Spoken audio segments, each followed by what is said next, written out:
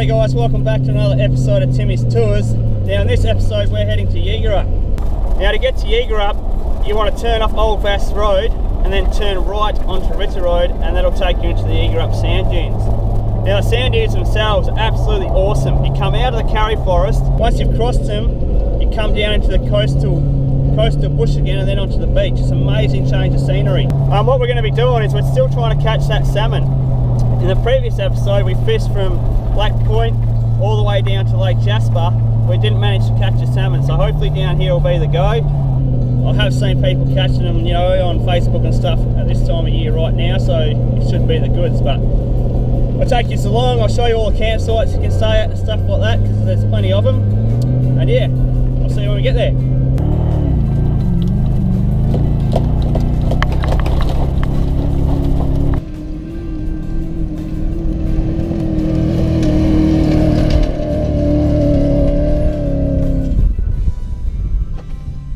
Okay, so the little dune that we climbed just back there is the bit that I was telling you about, where you come out of the forest and onto the sand dunes. Now obviously we're at the top of Yeagarup dunes right now. I'll send the drone up in a minute to get you a bit of a better view.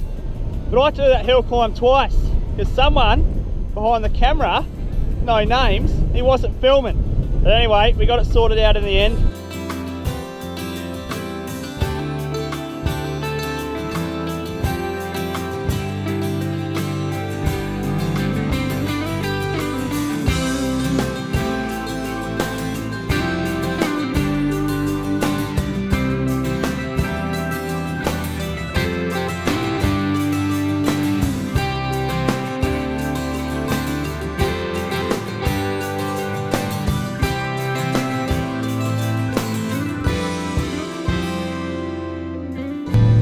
Alright guys, so as you can see, crossing Yeagarup dunes is absolutely fantastic, and if you've never done it before, I highly recommend doing it. It'll absolutely blow your mind away. While I've been filming, you guys probably haven't seen it, but there's been a lot of traffic up and down here. There are quite a few campsites around, which I explained before. I'm really hoping that it's not too busy, but we can only see how we go. I'll still definitely show you them, even if there are people set up, because I want to be able to show you where you can camp when you come down here. So yeah, I'll see you there and give us a look around it.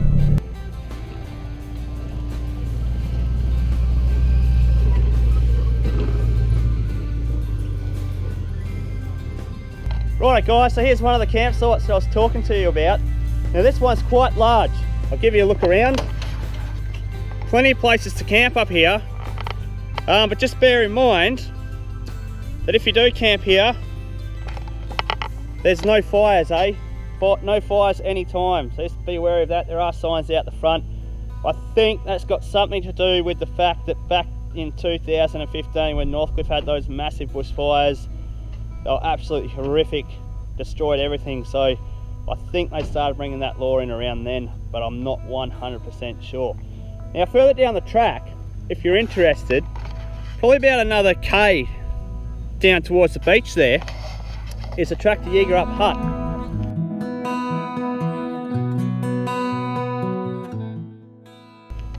So if you want a more like better camping, bit of comfort and stuff like that, you can book Yeagarup Hut. I think there's a maximum of 20 people maybe. Again, not 100% sure, but you pick the key up from Pemberton and that'll unlock the gate and get you into the hut. Awesome place to stay. You get your own little track which you can follow down to the banks of the Warren River. You can only access that place from there if you stay at the hut. So yeah, I'll move on to the next campsite. The next ones are a lot smaller than this. I think what I'm going to do is actually take everything kit and caboodle down to the beach and maybe camp behind a sand dune, but I'll make my mind up when I get there and see what happens. So we're making our way to the beach, but I just wanted to show you this, like, how much the scenery changes, as I was explaining before. So we've come out of the Karri forest, we've crossed the sand dunes, and now we're into like this peppermint jarrah forest kind of thing. And then we'll come out of this and we'll head back into some more sand dunes, which is actually Yeagarup Hill, and we'll go down that. That's when we get onto the beach. So yeah, the amount of scenery that changes is absolutely awesome. Alright, so here's the next campsite guys. That's the second one on the track, which is a lot closer to the beach. Not as big as the first one I took you to. It's more of like maybe a 3-car setup, but really nice nonetheless. So there's a little bit of a spin around. The next place I'll stop is the top of Yeagarup Hill. We'll show you that and then we'll make our way to the beach.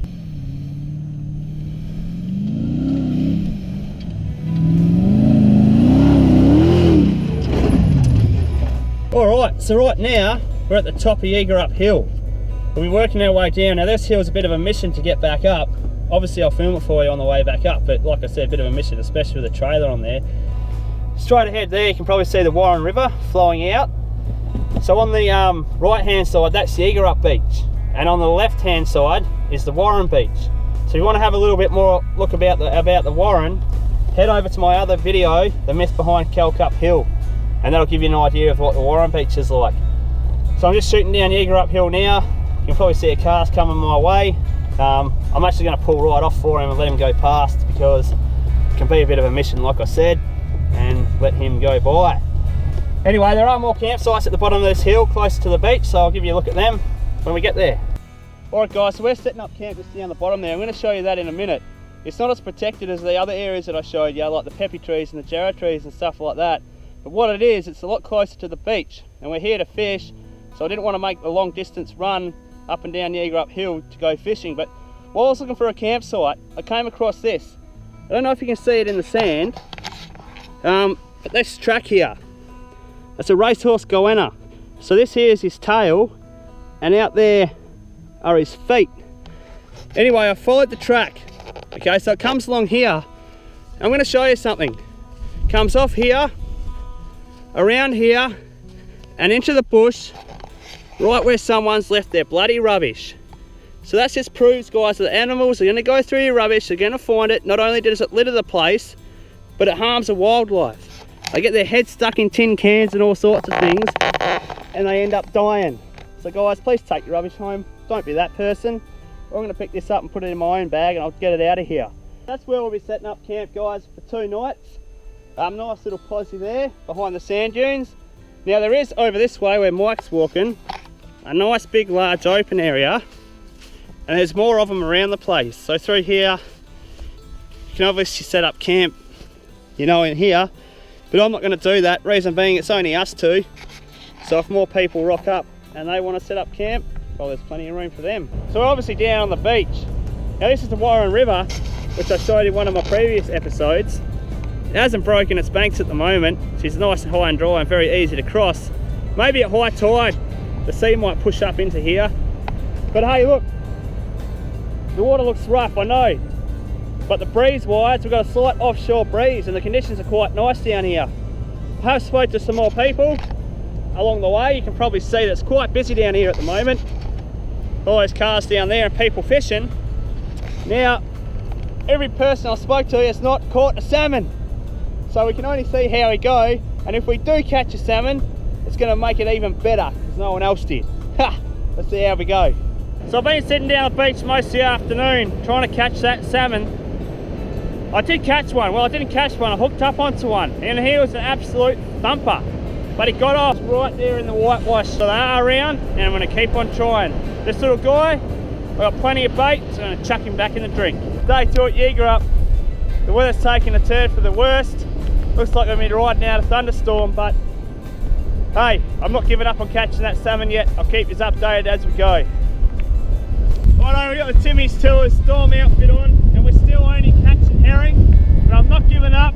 I'm still going for that salmon. I had to call it. This weather is not going away. It's only getting worse and worse. All we caught was herring, no salmon. I'm very disappointed, more disappointed than you guys will be.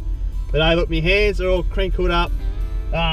There's keen and then there's too keen. So right now, I don't think this weather is going absolutely anywhere. So the plan is we're going to head back to camp. We're going to pack up camp, separate the wet stuff from the dry stuff, and then maybe strap it to the roof, I don't know, and start heading home, because like I said, I don't think this is going away.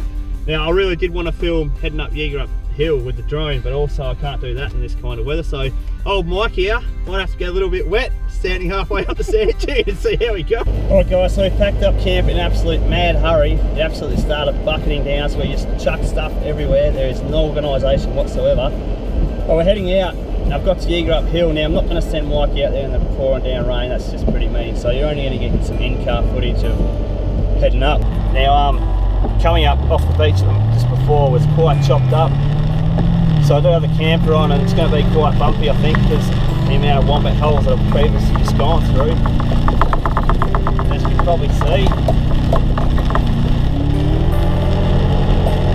Oh, she's still soft even with the amount of rain on it. Hopefully we can get a bit of momentum coming up here.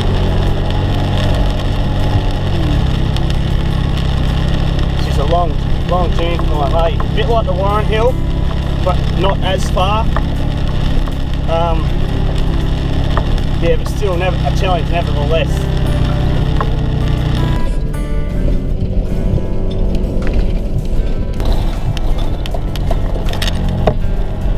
Those tracks will be right.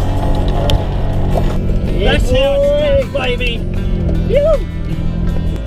Alright guys, this is where I'm going to leave you for the episode of Yeagarup. I hope you've enjoyed it. I'm going to get these tyres pumped up and get out of here because this weather is not going away. It's freezing cold, saturated. I've got about a 4-hour run to get home. Nice warm fire. And yeah, go from there.